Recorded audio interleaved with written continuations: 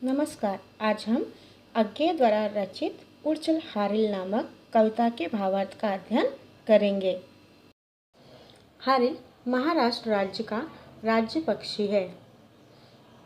इस कविता में कवि ने निराश हुए नवयुवकों को हारिल पक्षी के माध्यम से प्रेरणा दी है। उनके भीतर आशा का संचार किया है। वे देश के नवयुवकों से आगे बढ़ने की बात करते हैं। कवि का कहना है कि जीवन पथ में अनेक कठिनाइयां तो आएंगी ही, किंतु हमें निडर होकर उनका सामना करते हुए अपने कर्तव्य पथ पर आगे बढ़ना है। हमारा लक्ष्य आसमान की ऊंचाइयों तक पहुंचना होना चाहिए। कविता का अर्थ देखते हैं। उड़चल हारिल लिए हाथ में, यही अकेला ओछा तिनका। उषा जाग उठी प्राची में, कैसी बाट भरोसा किनका। शक्ति रहे तेरे हाथों में, छूट न जाए यह चाह सृजन की। शक्ति रहे तेरे हाथों में, रुक न जाए यह गति जीवन की। उड़चल हारिल लिए हाथ में, यही अकेला ओछा तिनका।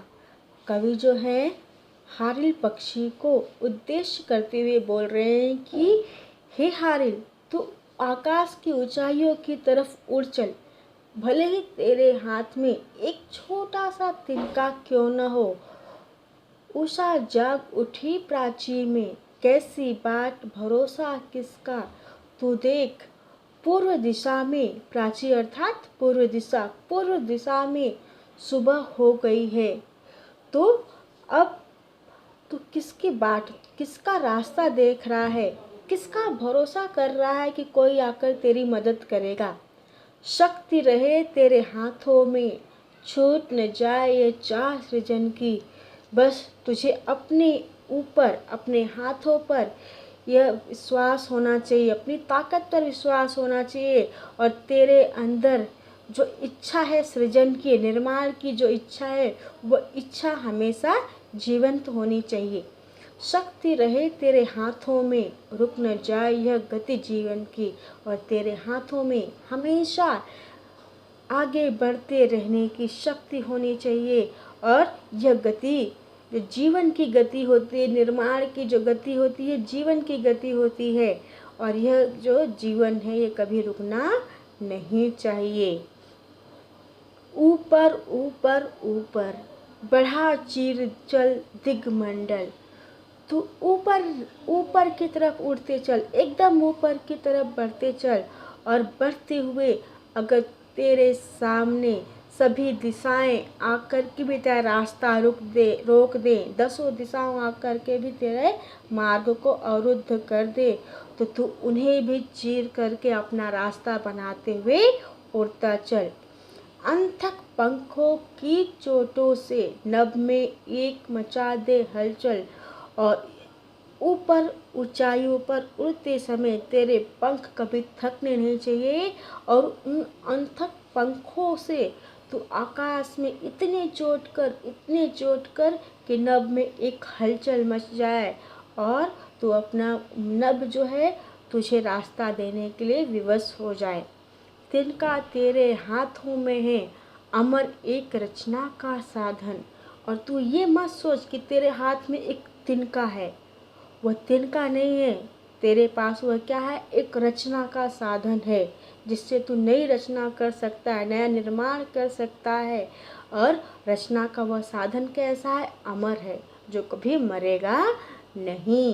तो तुम्हारे पास एक अमरत्व का वरदान है, उसी से तू नव निर्माण कर सकता है। तिनका तेरे पंजे में है, विधना के प्राणों का स्पंदन। और वह तिनका तेरे पंजे में है, तेरे पंजों की मजबूती में कसा हुआ है। और तू होनहार है, और होनहार के प्राणों का स्पंदन क्या होता है, निर्माण करने की ताकत। तो जो निर्माण करने की ताकत है वही तेरे प्राणों को जीवित रख रहा है। कांप न यद्यपि दसों दिशा में, तुझे शून्य न घेर रहा है। कवि जो है हारिल से कहते हैं कि हे हारिल, तू उस वक्त जरा भी मत डरना जब ये 10 दिशाएं और ये आकाश तुझे घेर रहे हों, तुझे अपने चंगुल में फंसाने की कोशिश कर रहे हों, तुझे ऊपर उड़ने के लिए रोक रहे हों। रुक न, यद्यपि उपहास जगत का तुझको पथ से हेर रहा है, तो उस वक्त भी मत रुकना जब ये संसार तेरी इस उड़ान का मजाक बना रहा होगा, तेरी हंसी ठिठोली कर रहा होगा और तुझे पथ से तुझे तेरे रास्ते से भटकाने की कोशिश कर रहा होगा। तू मिट्टी था, किंतु आज मिट्टी को तूने बांध लिया है।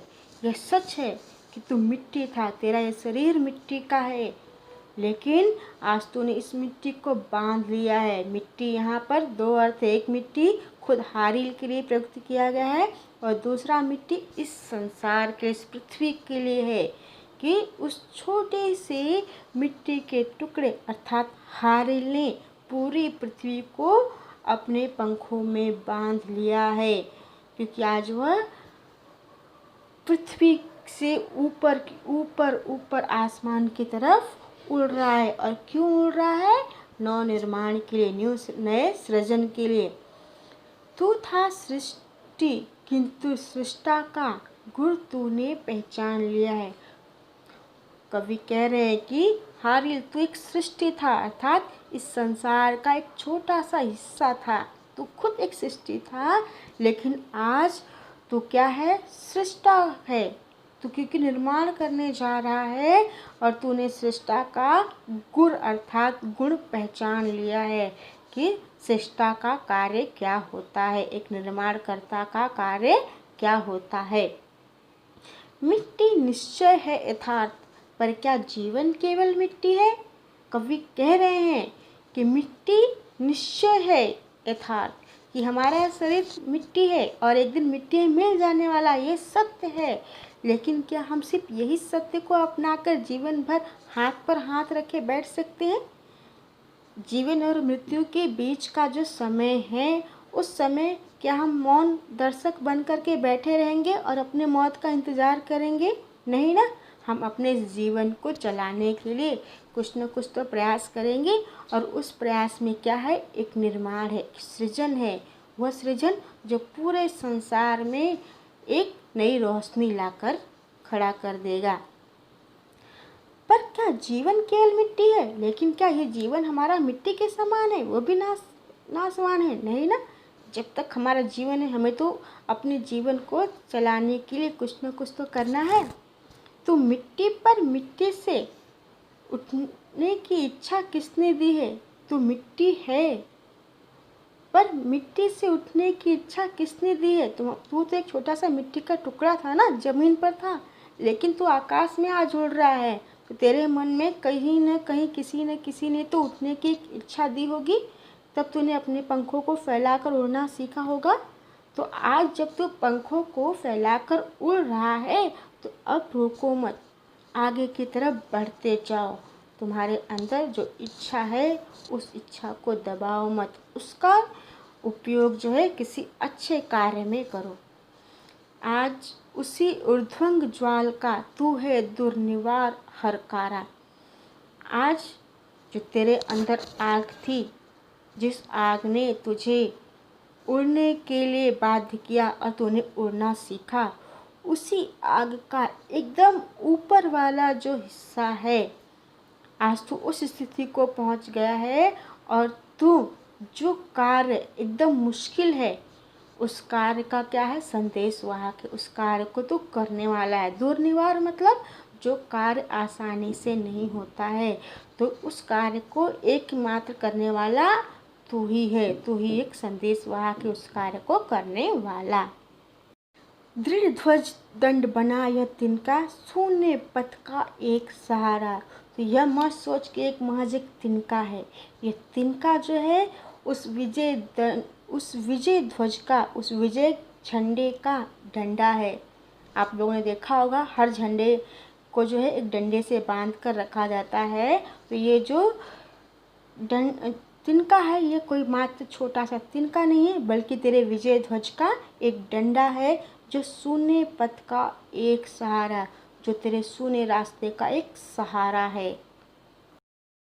मिट्टी से जो छीन लिया है वह तज देना धर्म नहीं है। कवि यहाँ पर कह रहे हैं कि तूने जिस तिनके को मिट्टी से उठाया है, अब उस तिनके को फेंकना मत, क्योंकि वह तिनका क्या है, वह निर्माण करने का एकमात्र साधन है। लेकिन तू आलस्य करके या डर के या शर्म करके, लोगों की हंसी से पीछे हट करके तू उस तिनके को फेंकना मत, क्योंकि कर्मवीर का यह धर्म नहीं है। जीवन साधन की अवहेलना कर्मवीर का कर्म नहीं है। अब वो तिनका नहीं, वो तेरे जीवन का एक साधन है और तू उसकी अवहेलना मत करना, उससे लेने से इनकार मत करना, उसका अपमान मत करना, क्योंकि कर्मवीर का यह कार्य नहीं है कि वह अपने जीवन के साधन की, अपने आगे बढ़ने की सीढ़ी की अवहेलना करे। तिनका पथ की धूल स्वयं तू है, अनंत की पावन धूली। वो जो तिनका है वह स्वयं तू, तिनके के रास्ते की धूल तू ही है और तू ही अनंत पावन धूली है और तू ही क्या है, पवित्र धूली है। अब तुझे चाहिए, अब ये तेरे ऊपर निर्भर है कि तू क्या बनना चाहता है, एक रास्ते का धूल या अनंत पावन धूली जो लोग अपने मस्तक पर लगा सके। किंतु आज तूने न पथ में क्षण में बद अमरता छू ली है, लेकिन तूने अपने कर्तव्य से आकाश की ऊंचाइयों में उड़कर नभ के रास्ते में पहुंच करके कुछ क्षण में ही अमरता को प्राप्त कर लिया है।